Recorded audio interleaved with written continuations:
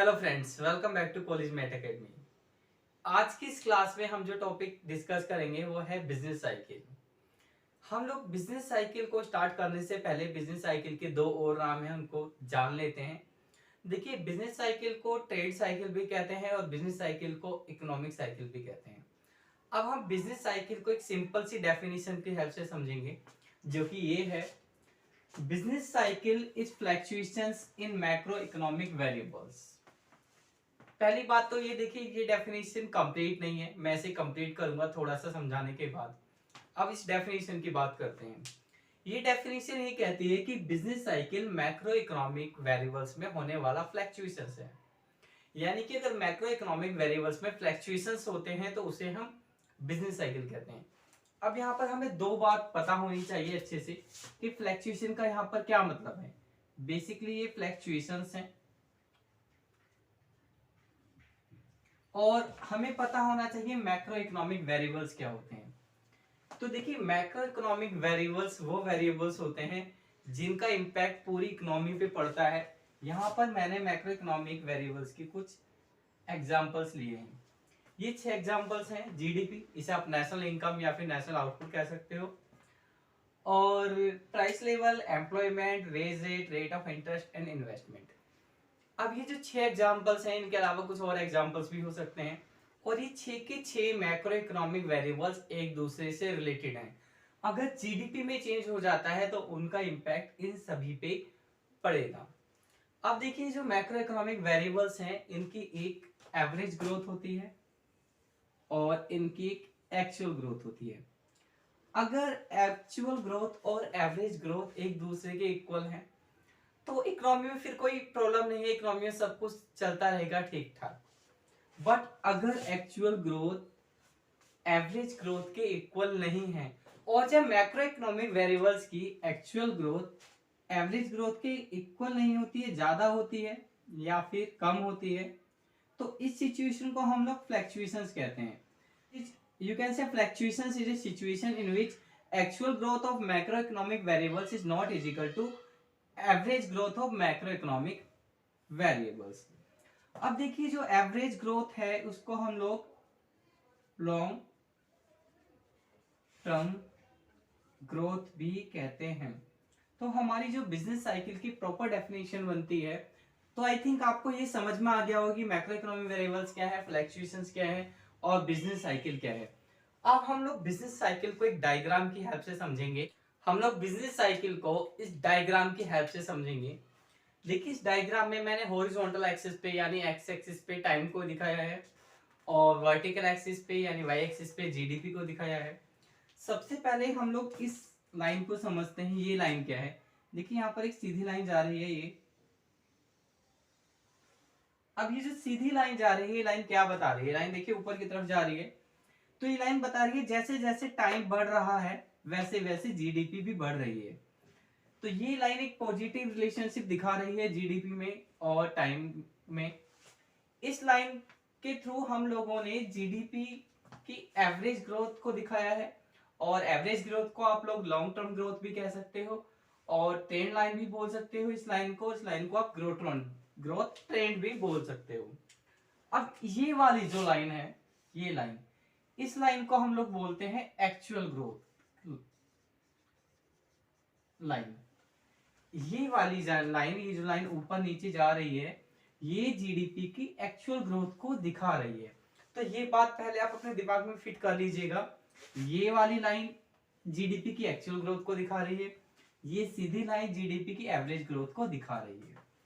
अब इस पॉइंट पे और इस पॉइंट पर एक्चुअल ग्रोथ और एवरेज ग्रोथ इक्वल है, तो कंट्री में सब कुछ नॉर्मल है, there is no need to changes.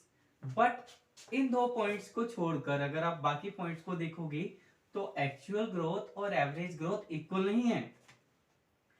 इस पॉइंट पर एक्चुअल ग्रोथ ज्यादा है एवरेज ग्रोथ से, इस पॉइंट पर कम है, इस पॉइंट पर भी कम है, इस पॉइंट पर भी कम है, इस पॉइंट पर भी कम है। तो ये सारे पॉइंट जहां पर एक्चुअल ग्रोथ और एवरेज ग्रोथ इक्वल नहीं है, ये सब बिजनेस साइकिल को रिप्रेजेंट कर रहे हैं। अब हम इस बिजनेस साइकिल को समझना करते हैं स्टार्ट।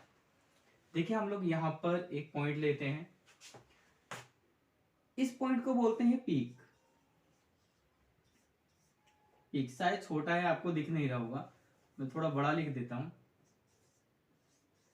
पीक, पीक का मतलब होता है इकोनॉमी एक ऐसे पॉइंट पर है जिस पॉइंट पर जीडीपी अपने मैक्सिमम लेवल पे है।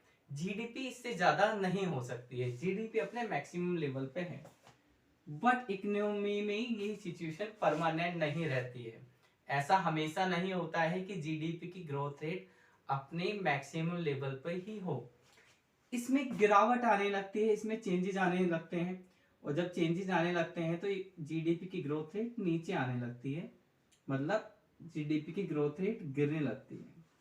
जब जीडीपी की ग्रोथ रेट गिरने लगती है, ये जो पूरा पोर्शन है, तो हम लोग इसको रिसेशन कहते हैं। देखिए मैं यहां लिखूंगा तो थोड़ा सा घिचपिच हो जाएगा, मैं यहां लिख देता हूं रिसेशन।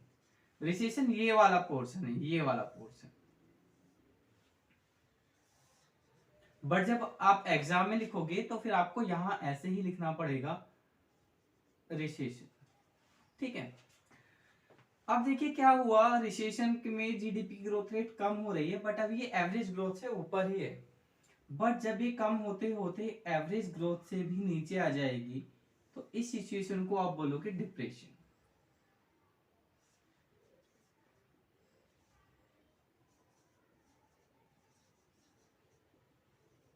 डिप्रेशन, डिप्रेशन का मतलब एक ऐसी सिचुएशन से है जब आपकी एक्चुअल ग्रोथ गिरते गिरते एवरेज ग्रोथ से भी नीचे आ जाए।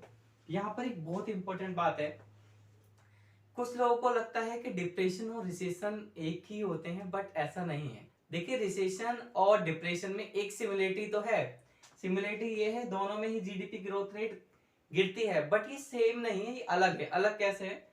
रिसेशन वो सिचुएशन होती है जब जीडीपी की ग्रोथ रेट गिरती है बट एवरेज से ऊपर होती है, और डिप्रेशन का मतलब है कि जीडीपी की ग्रोथ रेट गिर रही है और गिरते गिरते वो एवरेज से भी नीचे आ गई है।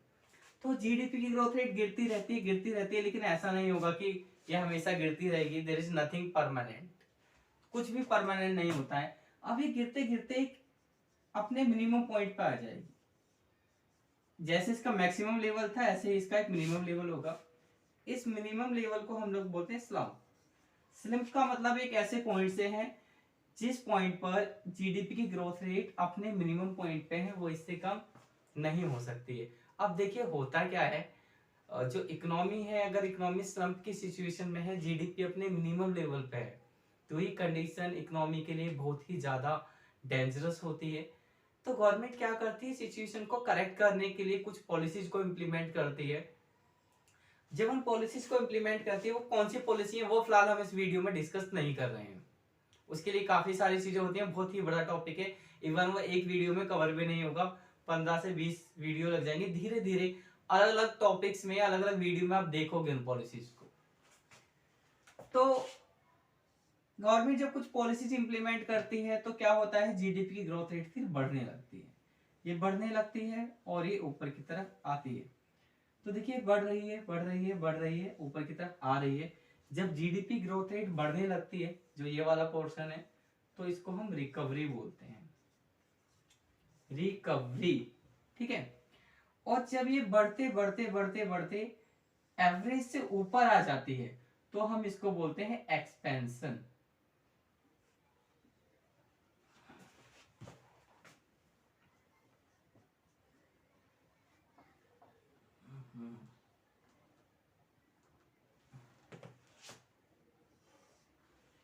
हम इसको एक्सपेंशन बोलते हैं। अब देखिए रिकवरी और एक्सपेंशन में डिफरेंस क्या है। एक सिमिलरिटी है कि दोनों में जीडीपी ग्रोथ रेट बढ़ती है, बट डिफरेंस क्या डिफरेंस है, रिकवरी का मतलब होता है ये एवरेज से नीचे है, और एक्सपेंशन का मतलब है एवरेज से ऊपर है। तो ये बढ़ते बढ़ते बढ़ते बढ़ते फिर अपने एक मैक्सिमम पॉइंट पे आ जाती है, यानी अपने पीक पॉइंट पर आ जाती है। तो देखिए जो यहाँ कंफ्यूज मत होना, ये जो एवरेज ग्रोथ है ये पूरी, सॉरी एक्चुअल ग्रोथ है, ये पूरी लाइन को रिप्रेजेंट कर रही है। ये वाला जो पॉइंट है ये पीक पॉइंट है। ठीक है, तो हुआ क्या, हम लोग एक पीक पॉइंट से चले थे, दोबारा पीक पॉइंट पर आ गए, इसीलिए इसे बिजनेस साइकिल कहते हैं। साइकिल का मतलब होता है जहां से स्टार्ट करते हो वहीं पर पहुंच जाते हो। तो हम लोगों ने भी एक पीक पॉइंट से स्टार्ट करा, फिर हम दूसरे पीक पॉइंट पर पहुंच गए। तो ये थी हमारी बिजनेस साइकिल। देखिए एक बार मैं जल्दी से रिकैप कर देता हूँ।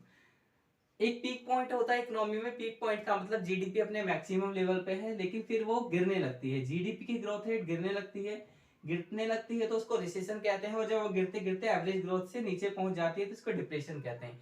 फिर गिरते गिरते अपने मिनिमम पॉइंट पे पहुंच जाती है तो उसको स्लम्प कहते हैं। फिर गवर्नमेंट की पॉलिसीज के थ्रू ये बढ़ने लगती है, जब बढ़ने लगती है तो हम इसको रिकवरी कहते हैं। और जब बढ़ते बढ़ते एवरेज ग्रोथ से ऊपर चली जाती है तो हम लोग इसको एक्सपेंशन कहते हैं। और फिर बढ़ते बढ़ते अपने मैक्सिमम लेवल पे पहुंच जाती है तो हम लोग इसको पीक कहते हैं। It is business cycle. अब बिजनेस साइकिल के बारे में हम कुछ और बातें समझते हैं। अब अगर आपसे पूछा जाता है कि आप बिजनेस साइकिल के फेजेस बताओ, तो बिजनेस साइकिल के दो फेजेस होते हैं। पहले फेज में जो जीडीपी ग्रोथ रेट होती है वो नीचे की तरफ जाती है, यानी कि जहां पर रिसेशन और डिप्रेशन होता है। तो जब रिसेशन और डिप्रेशन होता है, ये पहली स्टेज होती है बिजनेस साइकिल की। इसे हम लोग डाउन टर्न, कॉन्ट्रैक्शन और डाउन स्विंग भी बोलते हैं, क्योंकि जीडीपी ग्रोथ रेट नीचे की तरफ आती है। उसके बाद जो दूसरा फेज होता है उसमें जीडीपी की ग्रोथ रेट ऊपर की तरफ जाती है, इसमें रिकवरी और एक्सपेंशन होता है। इस स्टेज को हम लोग बोलते हैं अपस्विंग।